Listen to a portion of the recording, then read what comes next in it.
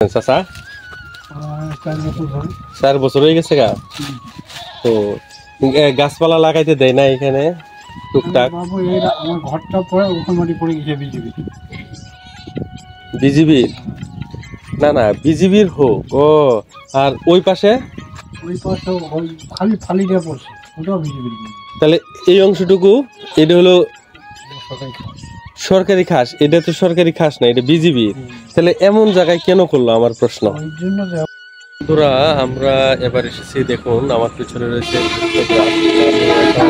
গ্রামে এসেছি। এটা হচ্ছে বোরাবুরি ইউনিয়নে 5 নম্বর বোরাবুরি ইউনিয়ন পরিষদের আন্ডারে পড়েছে এগুলা গুচ্ছগ্রাম। এখন আপনাদের আমি এই গুচ্ছগ্রাম দেখাবো, এই ইউনিয়নের গুচ্ছগ্রাম। আমলে গৃহহীন যারা ভূমিহীন ছিল, কিছু ছিল না, তাদেরকে এই গুচ্ছগ্রাম দেওয়া হয়েছিল। আমার সামনে দেখতে পাচ্ছেন সেই গুচ্ছগ্রাম, সরকারি খাসের জমিতে 2 রুমের গুচ্ছগ্রাম। এখন আপনাদের দেখাচ্ছি ঘুরে ঘুরে এই গুচ্ছগ্রামগুলো, চলুন দেখে আসি। হ্যাঁ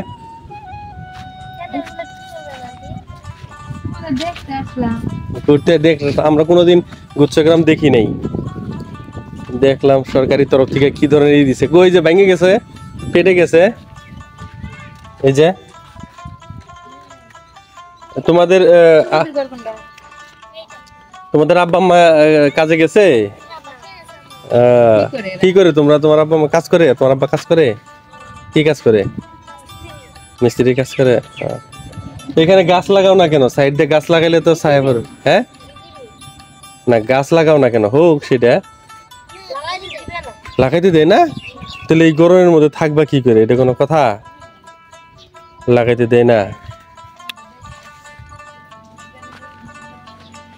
সরকারি তরফ থেকে কি ধরনের ঘর দিল এটাই দেখতে আসলাম, কিন্তু কি ঘর দিছে? এই যে ফেটে গেছে গা, ভেঙে গেছে গা। হ্যাঁ তাও তো, হ্যাঁ তাও তো না না, এমন এক জায়গায় সরকার ঘর দিছে, শুধু আপনাদের তো, তাও তো এটা পাহাড়ি এলাকা, উঁচু এলাকা, কিন্তু এমন কিছু কিছু জায়গায় ঘর দিছে যেগুলা হচ্ছে আপনার নদীর তীরে, একদম নদীর তীরে, ওগুলো তো আরো থাকতে পারে না।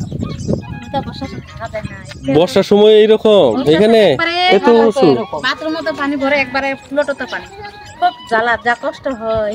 আবার শুনছি যে টাকা পয়সাও নাকি দেওয়ার সময় ঠিকই নিছে প্রত্যেকের কাছ থেকে। তাইলে কি ওটা জানি তো, এমন আবার কত কত জায়গায় কিন্তু ঢাকা থেকে আসছে। এমনি দেখতে যে গুচ্ছগ্রাম গুলা খালি শুনছি, পেপার পত্রিকায় পড়ছি যে ফাইটে গেছে গা, ভেঙে গেছে গা। তাহলে টাকা দিয়ে নেওয়ার পরেও যদি এই অবস্থা, কি বানাইলো? তাহলে ভালো করে একটু ঘর ছোট ছোট পড়ে যাইতে, এই যে এই দেখেন ঘরের ফাউন্ডেশনই ঠিক মতো হয় নাই, ওই যে ফাট ধরছে, দেখেন ফাটল ধরছে। হ্যাঁ সেটাই দেখলাম, 2 রুমের ঘর। আর একটা জিনিস যেটা আমি খালি চিন্তা করি, এই যে ঘরগুলো কোনো গাছপালা লাগানো হয় নাই, হ্যাঁ এই গরমের মধ্যে কিভাবে থাকবে? এই যে এরকম ছোট ছোট আম গাছ, এই গাছ লাগাবেন সাইড দিয়ে, পেঁপে গাছ, বিজবি নাকি লাগাইতে দেয় না? এটা কেমন কথা হইলো? হ্যাঁ শাক পাতার গাছ লাগাবেন, লতা পাতার গাছ লাগাবেন আপনারা। এই যে আম গাছ লাগাবেন, এইরকম গাছ লাগাবেন, পেঁপে লাগাবেন না তো করবো। এটা না করলে বলবেন যে রোদে টিকা যায়, রোদে কষ্ট হয় না থাকতে। দরকার পড়লে তারা পরে কাইটে নিয়ে যাবো, কিন্তু আপাতত হোক, ফল টল আমরা খাই।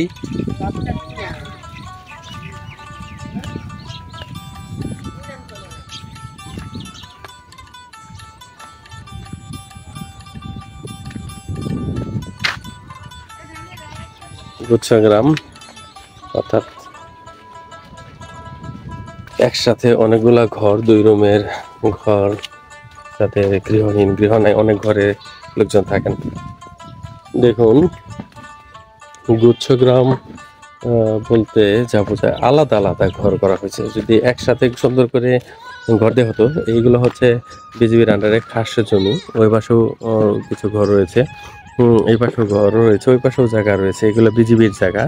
কিন্তু এই ঘরগুলো যদি গ্রামের মতো করে এরকম করে সামান থেকে রাউন্ড করে দেওয়া হতো, এক পরিবারের মতো করে দেওয়া হতো, তাহলে সেটা আরো ভালো হতো। তো ভজনপুর ইউনিয়নের এই হচ্ছে গুচ্ছগ্রাম। কিছু কিছু লোকজন এখানে থাকে না, বাসায় থাকেন, তালা দেওয়া রয়েছে। এই দেখুন এটাও তালা দেওয়া। এই একটা রুম, 2 রুমের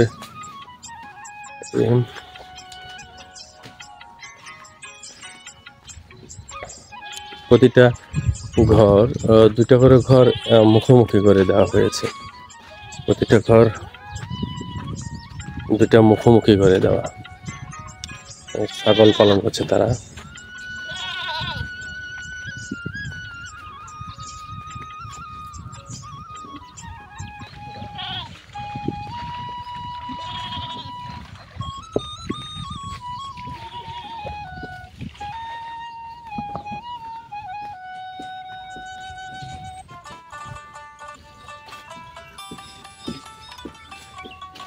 কেউ কেউ আবার সবজি চাষ করেছে বাড়ির পিছনে।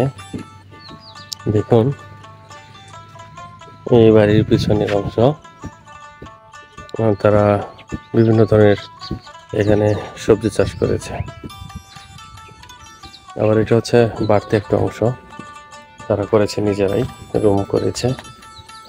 এটাও বাড়তি অংশ, নিজেরা করেছে।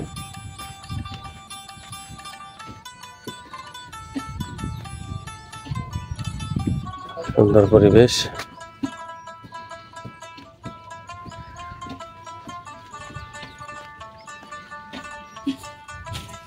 কতদিন যাবত থাকতেছেন চাচা? 4 বছর ধরে। 4 বছর হয়ে গেছে গা। তো গাছপালা লাগাইতে দেয় না এখানে টুকটাক? বাবু আমার ঘরটা পরে ওখান মাটি পড়ে গেছে বিজেপি। বিজিবির? না না, বিজিবির হোক। ও আর ওই পাশে? ওই পাশে ওই খালি ফালিটা পড়ছে, ওটাও বিজেপি। তাহলে এই অংশটুকু এটা হলো সরকারি খাস। সরকারি খাস। এটা তো সরকারি খাস না, এটা বিজিবির। তাহলে এমন জায়গায় কেন করলো আমার প্রশ্ন। ওই জন্য তো এমন জায়গায় করছে বেটা, হ্যাঁ? যদি ইচ্ছা করে আমার রাস্তা। না না, এরকম মারার ব্যবস্থা কেন? আপনি আমারে বলেন যে 2 পাশেই বিজিবি, এইটুকু রাস্তা আপনি যাইতে হচ্ছে বিজিবি দিয়ে। বিজিবি দিয়ে যে কোনো সময় বিজিবি এখানে তার প্রতিষ্ঠান করতে পারে, যে কোনো কিছুই করতে পারে। সেক্ষেত্রে তখন আপনি বেরোবেন কোন জায়গা দিয়ে? আর বেরোবার জায়গা নেই। এটা কি কোনো কথা? তুমি আমারে বলো, এর চেয়ে কষ্ট কি আছে? মানে 2 দিক দিয়ে চাপ দিছে আপনারে। চাপ করতে হবে। হ্যাঁ? দুর্দান্ত গাছ যে একটা লাগাবো, তো কেলার গাছ। না না না, এইখানে গুচ্ছগ্রাম করার দরকার কি? তুমি এই ভজনপুর, এটা ভজনপুর ইউনিয়ন না, বুড়াবুড়ি ইউনিয়ন না? এই বুড়াবুড়ি ইউনিয়নে যেখানে খাট জমি বেশি আছে, নাম হচ্ছে গুচ্ছগ্রাম। আর দেখেন 2টা ঘর পাশাপাশি মুখোমুখি করে দিছে। তে গ্রামের মতো করে দেখেন, গ্রামে যেরকম, আমরা তো একসময় গ্রামে ছিলেন, গ্রামে যেরকম চতুর্দিক দিয়ে বাড়ি ঘেরাও করা, এইরকম যদি ঘেরাও করে দিত তাহলে আরো ভালো হইতো, সুন্দর হইতো। বেশি জায়গা নিয়ে করুক, সরকার খাট জমির তো অভাব নাই, অনেক খাট জমি আছে। তাও আবার শুনলাম বর্ষার সময় পানি উঠে, থাকা যায় না।